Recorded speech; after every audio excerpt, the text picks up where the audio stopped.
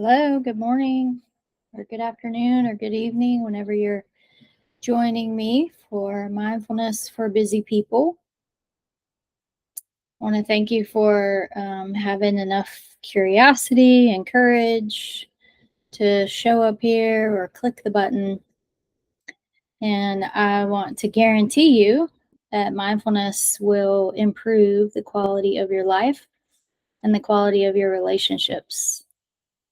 So, however much you can participate today, or any day, or mindfulness is like exercise. And the recommendations on exercise have changed pretty substantially over the years. And the recommendation is that it's as beneficial to get small amounts of exercise throughout the day as it is to do a long section of hard exercise. And the same is true for mindfulness. So if you can only hang with me for 5 minutes or 10 minutes or 15 or 30, or if you can stay the whole hour, it will benefit you, whatever you can do.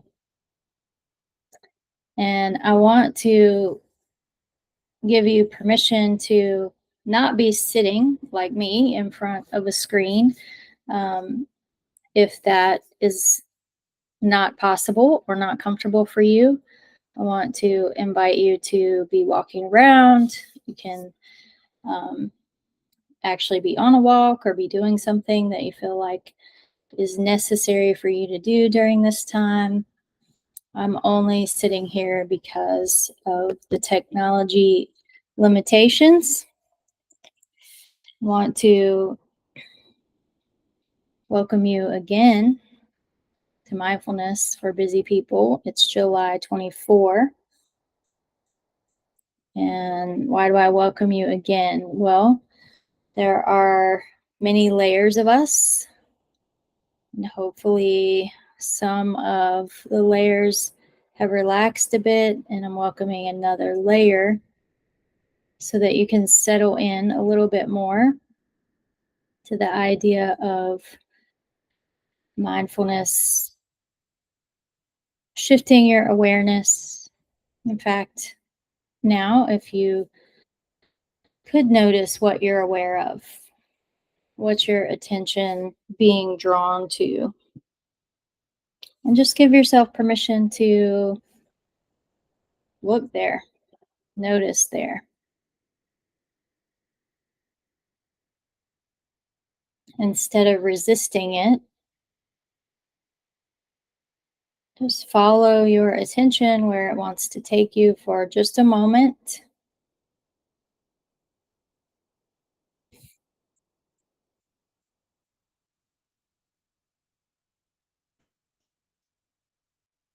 And then invite your attention to come to the space that's just 2 feet in circumference around you. See if you can just notice anything and everything that's just 2 feet around you.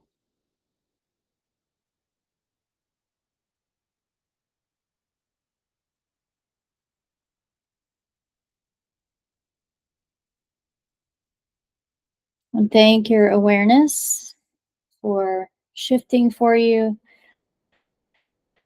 and see if your awareness would be willing to shift just to where you can touch your physical body. So, right here, really up close in your personal space, could your attention and awareness be right here? And if it is, notice maybe how your body is, how you're sitting or standing, how relaxed or how tense.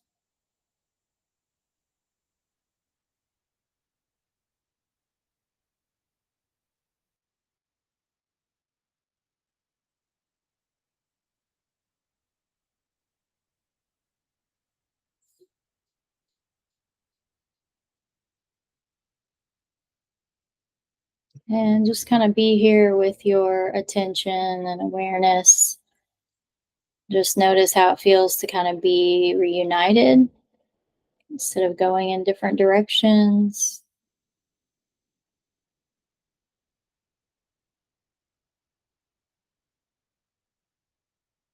And just support this shift, this state of mind with some breaths. So take a deeper breath in and hold it.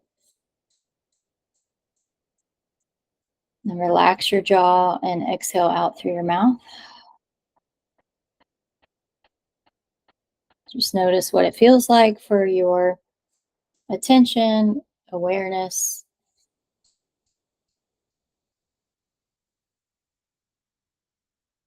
to be united with your body, your mind. Maybe you have a word for what that feels like or a phrase. Think about what that is.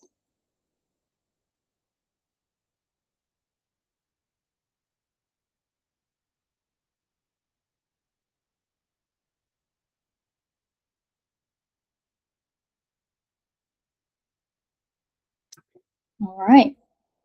So if you can still hang out and still do some more mindfulness, I'm going to invite us to do some grounding. But if that is all you have space for today, we understand. We look forward to seeing you next time. And so for some grounding, we're going to, I'm going to ask you to um, get a little bit more rooted. So I'm sitting, so I'm going to sit more back. But if you're standing or if you're walking, just notice how you are making contact with the earth, which is always holding you in place.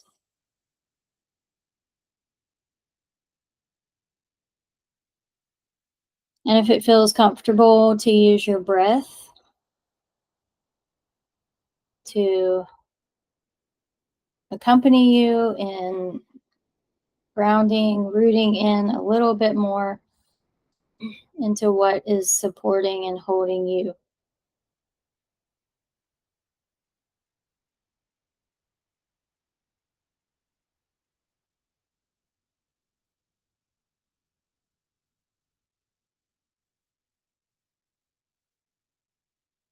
Just notice here what could be relaxed more. Like, for example, I don't need my shoulders to be tense while I'm sitting. That's not necessary. So I could relax them. And how about you? How could you be where you are with less effort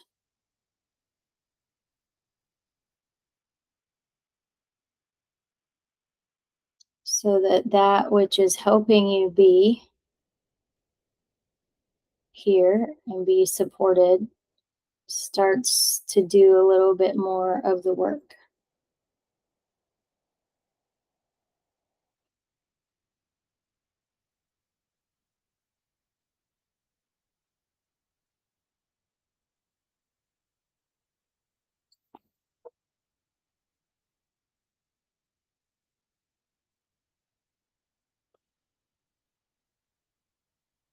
And now let's take a deep breath together. And as we exhale, we're going to sigh and just let whatever noise is there come out with our exhale.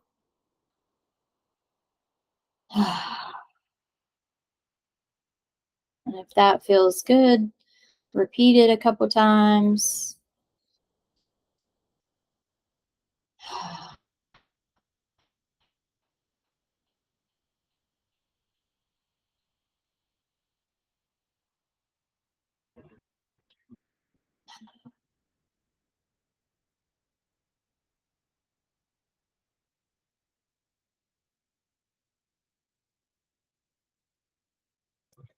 And maybe you're you've noticed your attention now has just kind of rested where you are, and you may be able to close your eyes because your attention and awareness has shifted more inside. Um, you might notice that my attention will come in and out, and so whatever is, if you keep your attention out a little bit because you're active or moving, mindfulness can happen in all those spaces. I really want to encourage you to have your own experience. So just pay attention to where your attention is.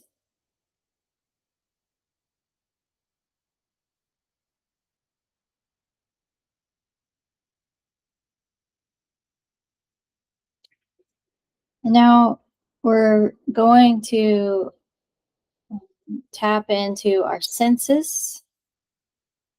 So if you can still hang out, continue mindfulness, that's wonderful. If you need to go, now's a good time to segue. Can always come back, have more time or more space. But I would like to continue with a sensory exercise and ask you to notice your ears.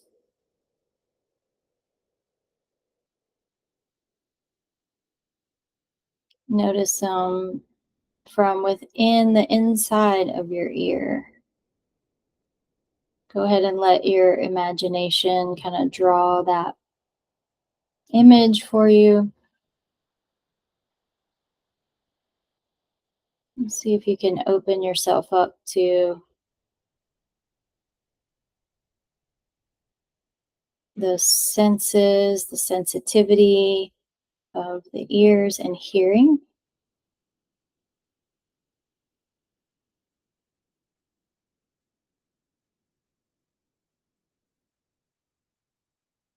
Then relax your thinking now and open up your ears just with your intention, and just let every sound that is here come into your ears. No filtering, no interpreting.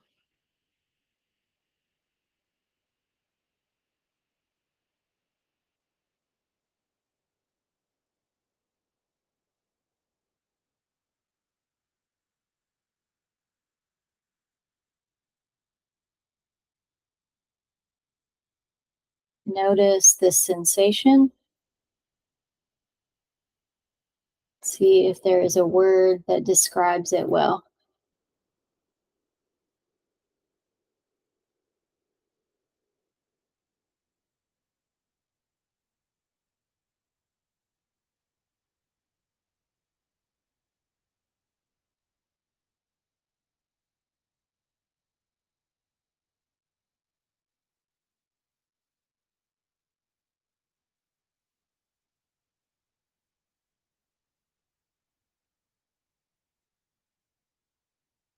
And now let's take your hands, rub them together, stir up here some love and compassion.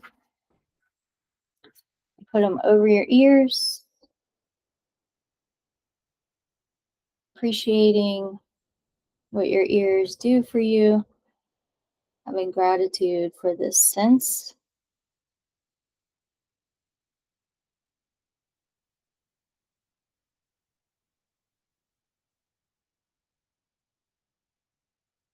And rub your hands together again, stirring up some gratitude.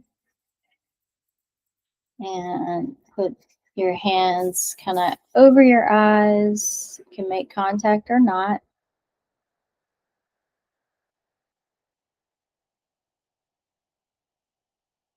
And Inwardly express gratitude towards your eyes for all that they do for you and the sense that sight gives you.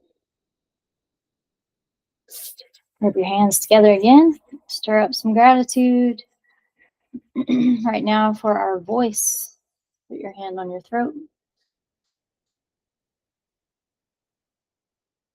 can use your breath as a vehicle to move that gratitude from your hand to the area you are sharing it with.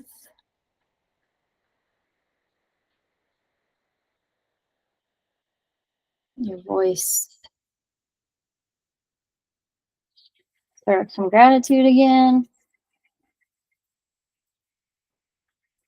And put it over your lungs.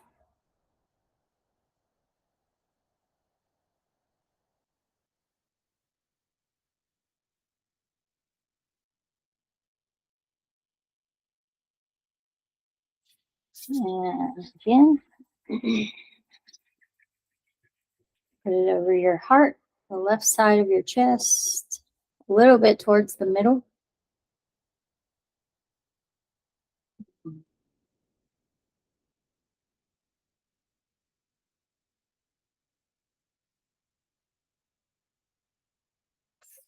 Stir up some gratitude again. I'm going to stand up. I want to extend some gratitude to my liver over here on the right side.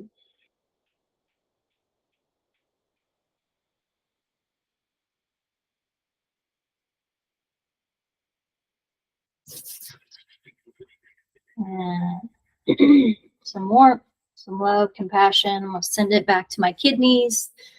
Actually, do a little massaging back here in the lower back.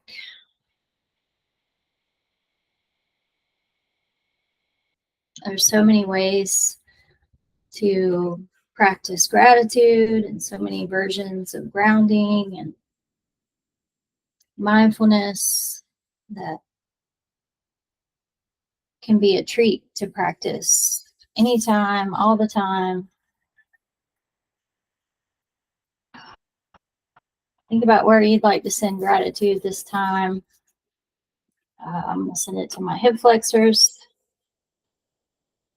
Just do a little tapping. And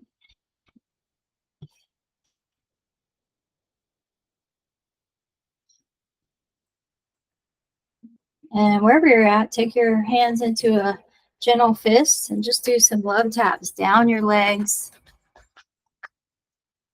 and then back up.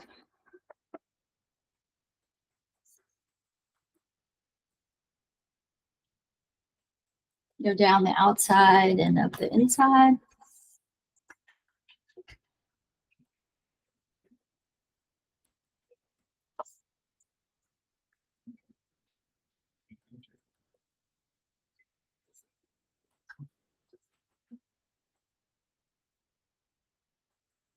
And stay right here on your hip bones. Just tapping.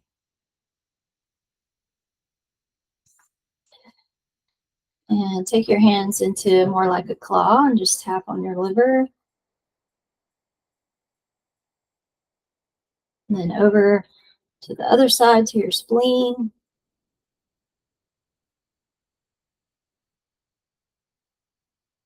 I'll take your fingers together and tap underneath your collarbone.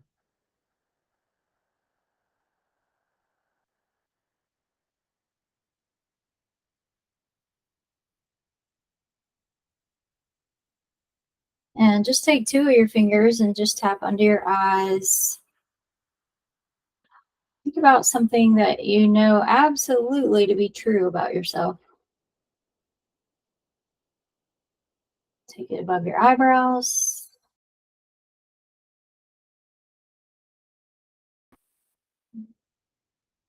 Something else that you know to be true about your life.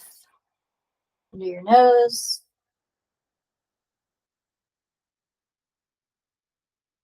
On your chin.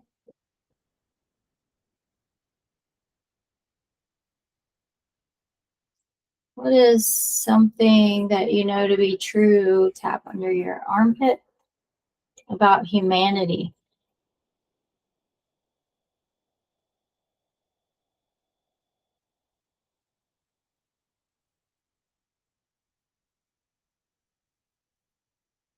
And the top of your head.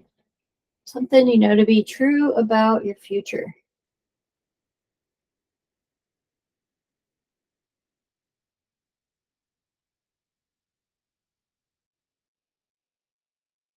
And shake out your hands, shake out your arms.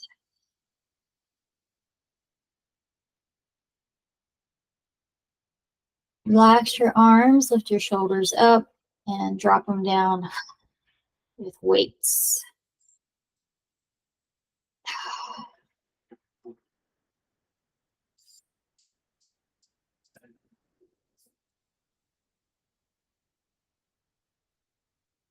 Now, similarly, we're going to do this with our heels. You're going to come up on your toes and drop your heels. Make sure your knees are slightly bent.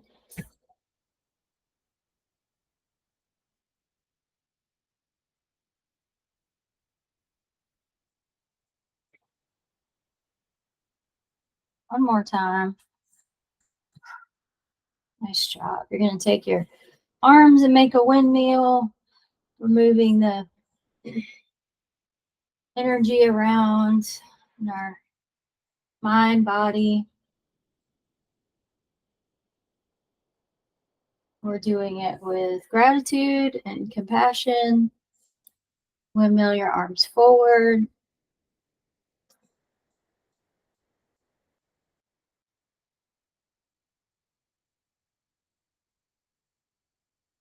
And bring your hands both in front. Stretch out your back.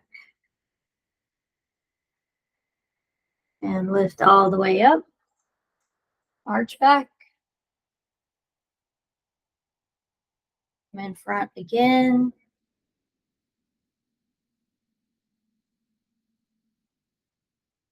Bring your hands just in front of you, like you're kind of gathering what we call qi and qigong, just gathering your energy, putting it in a sphere. You know, you actually own your energy. It doesn't come from outside of you. It is impacted by the environment. But you come with source of energy every day.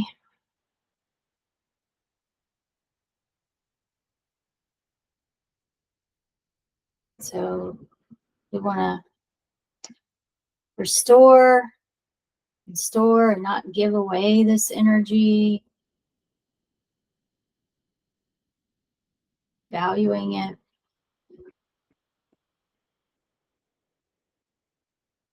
You're going to take this energy and put it into your lower abdomen. And just take a couple deep breaths.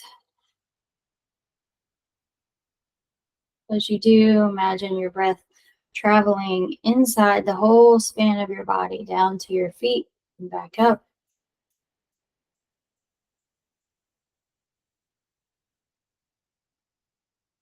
Try to acknowledge that you are so much more than what you do, or where you go, or where you've been.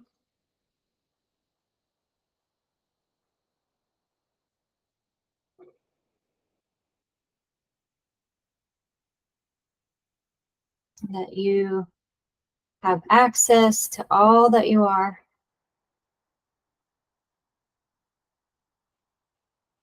You can move forward with it.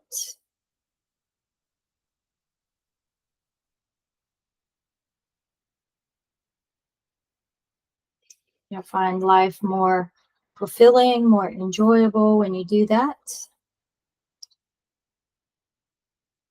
And you've made it 30 minutes in mindfulness. So congratulations on that. You might be wondering what this symbol is on my shirt, and it is the Enneagram. which is a personality um, tool. Each of these points on the Enneagram, there's 9, represent the attributes of human beings. And so the whole Enneagram represents the completion, the wholeness of humanity, which can really be a beautiful thing if we are able to show up wholly and fully. So I would love for you to check in with yourself and see how you're feeling. How is it different from when you started?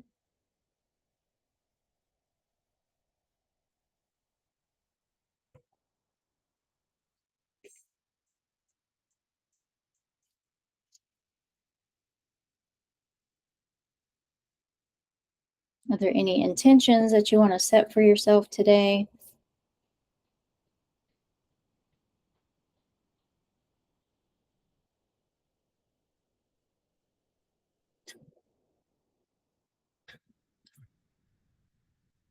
Any exercises that we did that you'd like to return to on your lunch break or at the end of the day?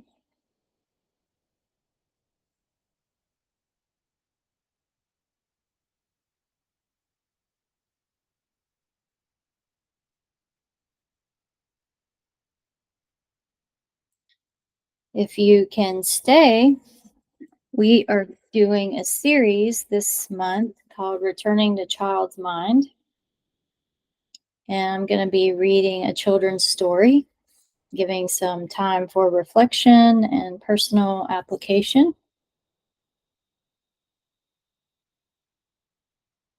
So, would love for you to continue with me, offer feedback, input,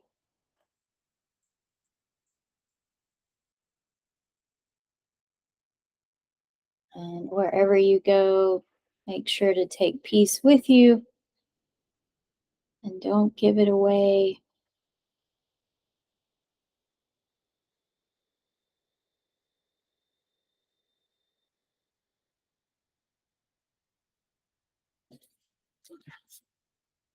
The story that we're going to read in Returning to Child's Mind today is a story that represents some themes of uniqueness, embracing differences, the idea of a um, human collective, even animal collective, like a collective experience, a collective belonging, theme of a common existence, and a strong theme around the need for connection. And our story is written by a husband and wife who have an interesting story that makes me confident that they practice mindfulness because they spent an extended period of time after they got married traveling the world, backpacking. Um, and decided to write some stories about the experiences and inspirations that they ran into along the way. And so this book is by Susan Bankey and Josh McConnell, and it's called Unlikely Friends.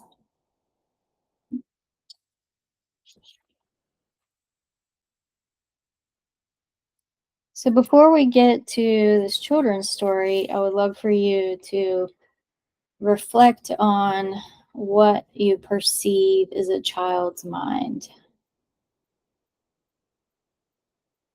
Maybe think of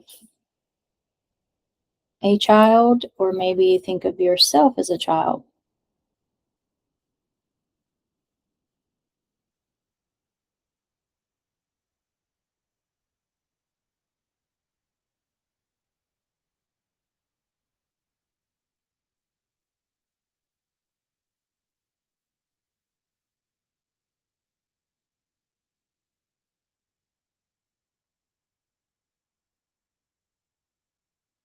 And what are your perceptions, beliefs, or maybe learnings about having a child's mind as an adult?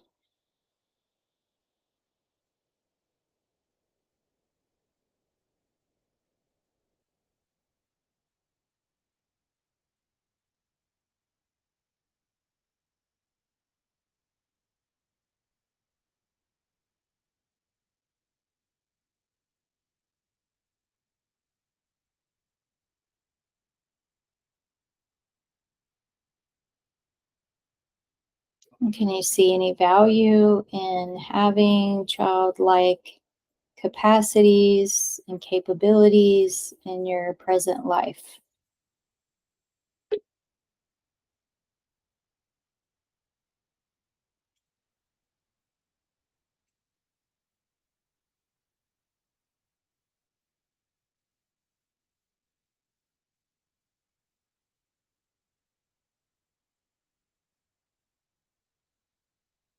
And I often wonder how it might be if we were able to integrate some childlike, mindful qualities into our daily life. How much more joy we would have, how much more creativity, how much more impactful we might be.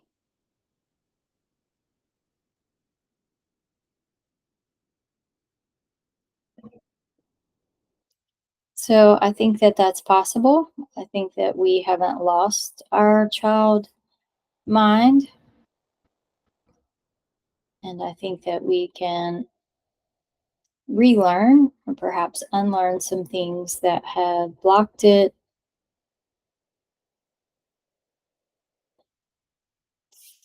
from our current experience.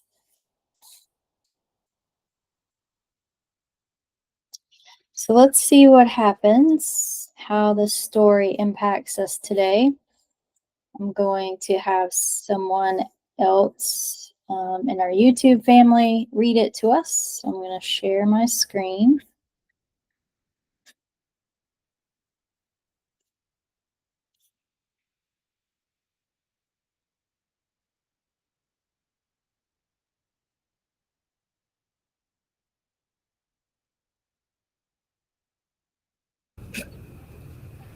Unlikely Friends, written by Susan Benke, pictures by Joshua McConnell. Here we go. To Pepper and Ziggy.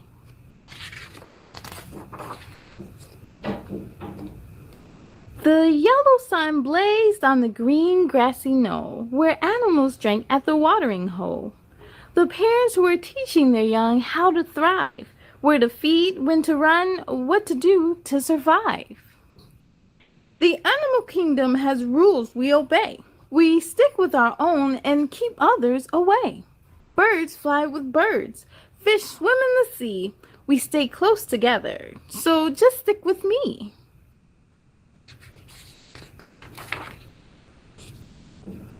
When all of a sudden, quite out of the blue, the animals gasped. How can it be true? Baby Rhino jumped into the lake with a smack, with Billy Goat riding on top of her back.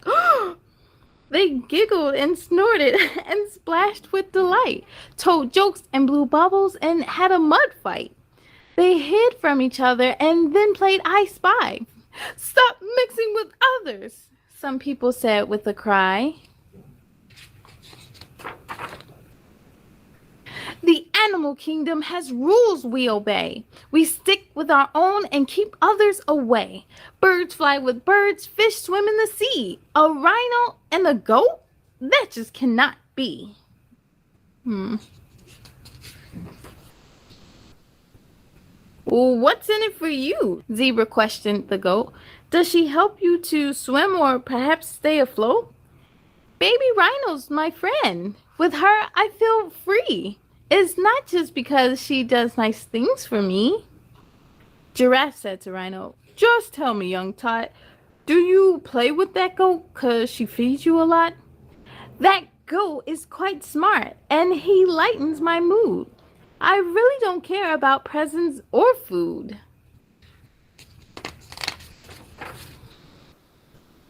Just then, clouds moved in and grew scary and gray. The rain came down hard and the land washed away. A great river formed that was deep, cold, and wide, with animals stuck on the dangerous side. Oh no. They huddled in groups and cried out, "This is dire!" as water rushed higher and higher and higher. The goat saw a hill and climbed up to the crest, then looked for dry land where the others could rest. They're working together. "It's land," pointed Goat, standing high on the moss. So brave baby Rhino tried swimming across.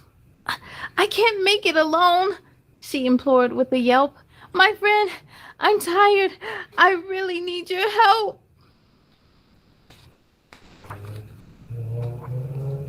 With all of his strength, Billy Goat pulled her out. "We must build a boat," they agreed with a shout. The goat sketched designs, drawing lines in the sand. The rhino grabbed leaves from a small patch of land. A boat.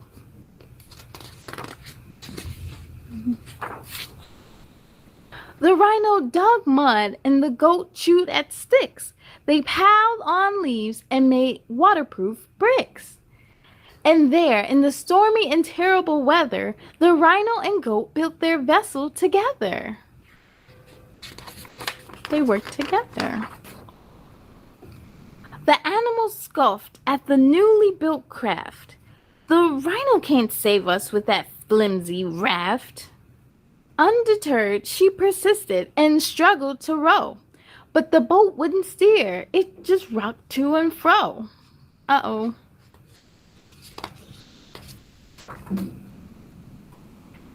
Now, Rhino was sturdy, courageous, and strong. But tired and frightened, she wouldn't last long. The goat took a leap and was soon by her side. "I've fashioned a rudder," he said with great pride.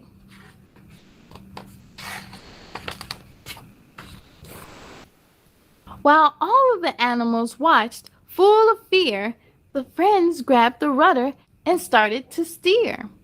"We're saved!" cheered the others and jumped in the boat. Why shouldn't a rhino be friends with the goat?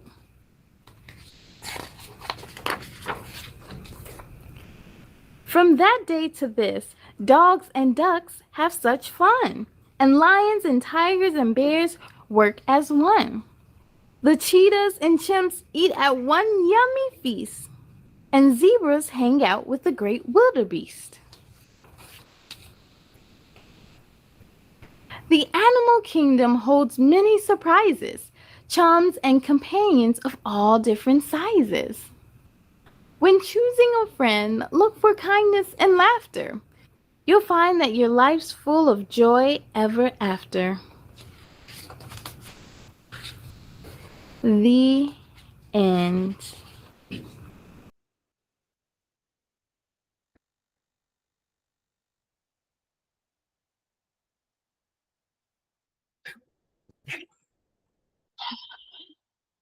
Let that sink or settle or shimmer around.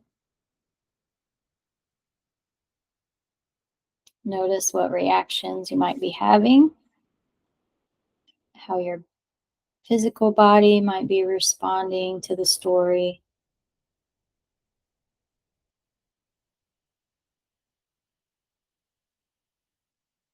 See if you can give equal attention to the sensations or the feelings and your thoughts,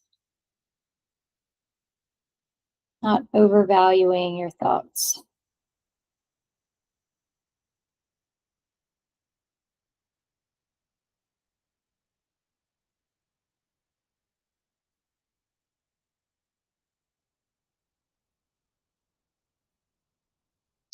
And stop short of any analyzing of your reactions or feelings and just notice what they are.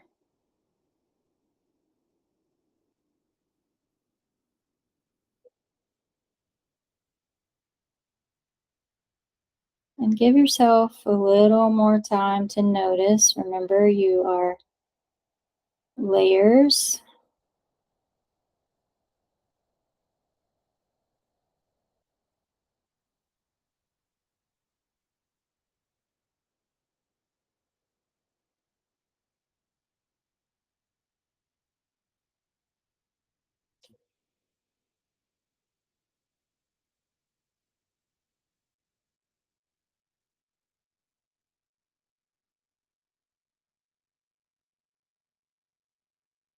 And if it feels right for you to do some reflection questions with me, do that. Or if you are well connected with your own reactions, feel free to stay there, journal.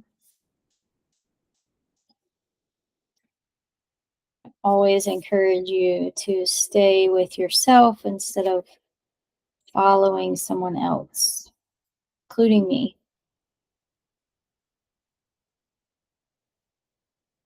Some reflections that I have from the story is, how do you notice avoiding people with differences?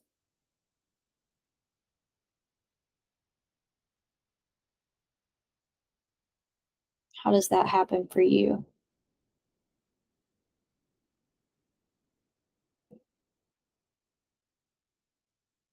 Are there certain differences in others that you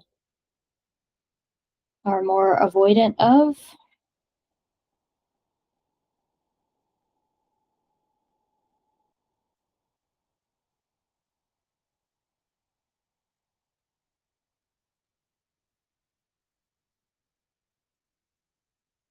What are the messages that you hear from people like you, um, about differences?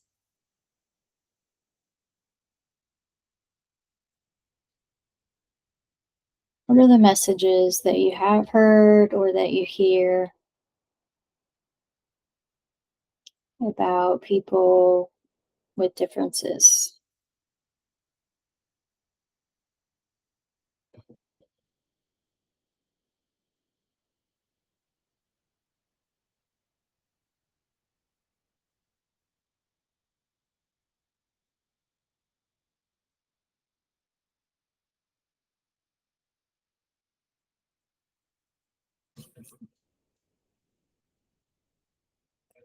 Do you feel that you have any differences that lead to people avoiding you or misunderstanding you?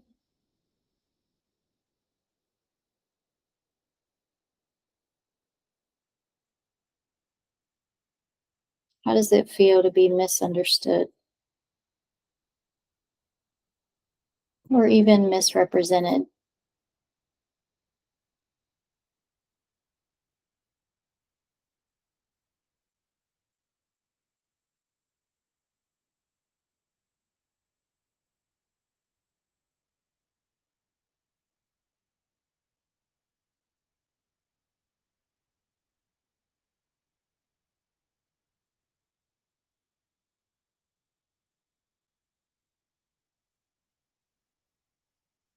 Do you have any unlikely friends, partnerships?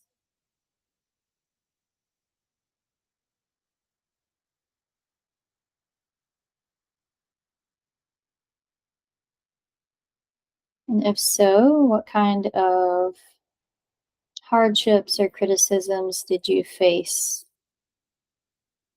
or do you face?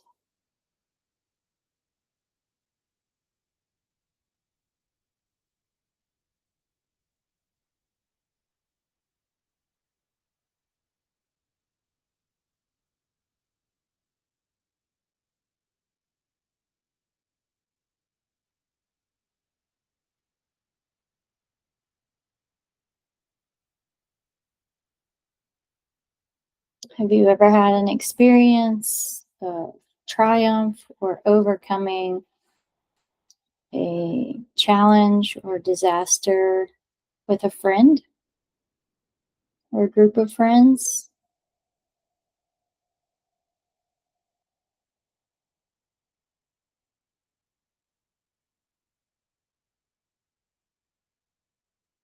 And if so, how does that memory show up in your body?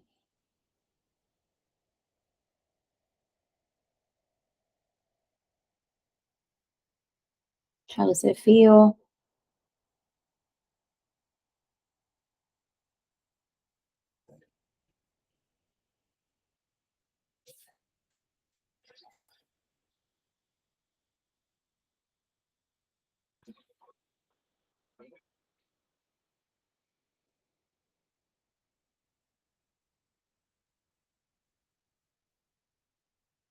Are there any other noticings or reflections that you have from this story?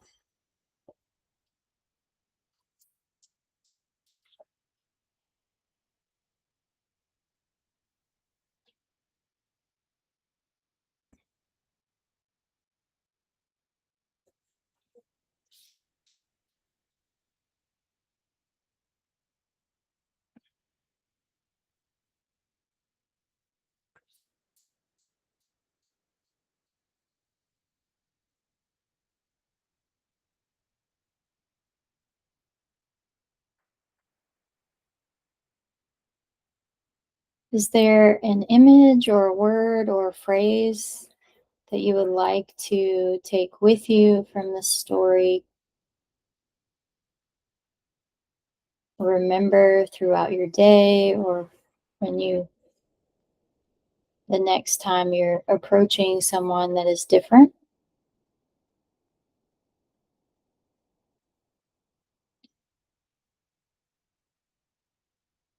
Or perhaps a motto to take with you when you're the next time you're approaching someone like the giraffe, or the who was the other critic, um,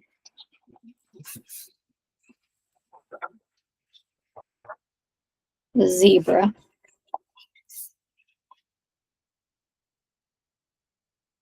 that questioned their intentions or their sanity.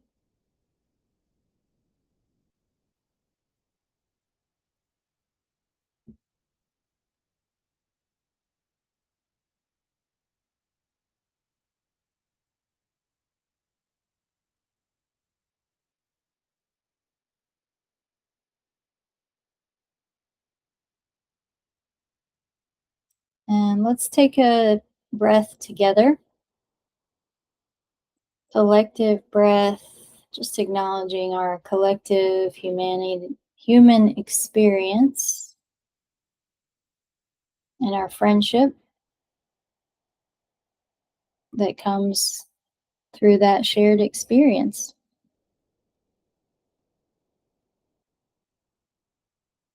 So I hope that you, as you go, you enjoy life, enjoy friendship, connection, and that we all continue to find ways to remove the barriers and roadblocks to being friends. Thanks for practicing mindfulness and for making the world a better place by doing so. I will be here again on next Wednesday at 8:30 a.m. Eastern Standard Time. You can also find the recording on my YouTube channel, Jennifer Massey Counseling. And you can also find me on my website at jennifermasseycounseling.com. And you can email me if I can support you in any way at me at jennifermasseycounseling.com. Take good care.